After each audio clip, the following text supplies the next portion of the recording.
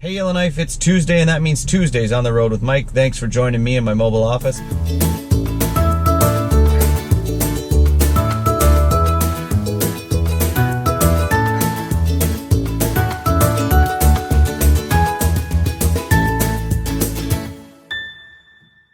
It's a rainy first Tuesday of July, but that's okay. We're going to do this anyways, so let's get it going.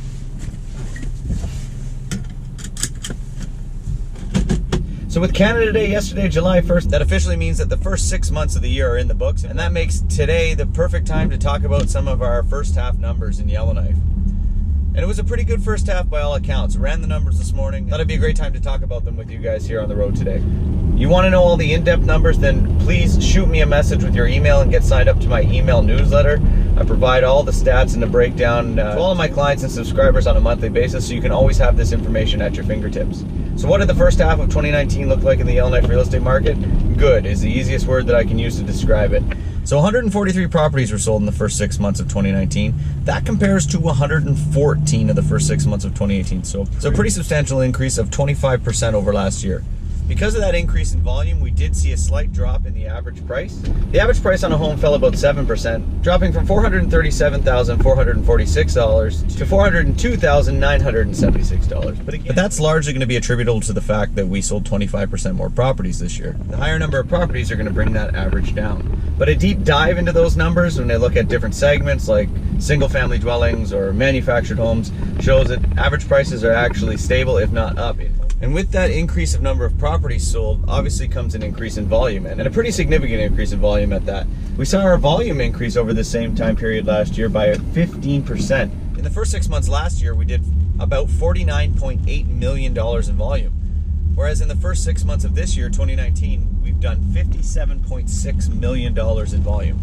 That's a pretty substantial increase. And what about days on market? How long are properties sitting on the market? Well, the numbers continue to trend well there as well. During this time period last year, we had an average days on market of 114 days. This year, in the first 6 months of the year, we've seen that decrease by 19 days, averaging out at 95 days on market. So that number also trending down. A couple of other fun pieces of information. So far this year, the cheapest home purchase in Yellowknife was $110,000, and the most expensive, $920,000. Last year, during the same time period, the cheapest home was $65,000, and the most expensive, $875,000. So to summarize, how did the Yellowknife market look for the first 6 months of 2019? In my opinion, I'd say good. We saw the number of sales go up, we saw the sales volume go up, we saw the days on market go down, and while we did see the average price kind of slow down and drop a bit, that's because we had a higher volume. A lot more homes are selling, and at any time when you have a higher number, that's going to bring the average down. I've got plenty more details I could share, including breakdowns of single-family detached homes, manufactured homes, apartment-style condos, and kind of where those numbers went.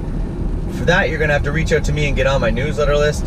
That's it for today on Tuesdays on the Road with Mike. Once again, as always, I appreciate you guys jumping in the car with me and taking a ride. Please don't hesitate to shoot me a message or comment with what you'd like to see next week on Tuesdays on the Road with Mike as we jump in the car again and go for a little spin around Yellowknife and talk about things that affect you, affect the Yellowknife market, and affect real estate in general. Thanks a lot, guys. Mike signing off from the mobile office. We'll talk to you soon.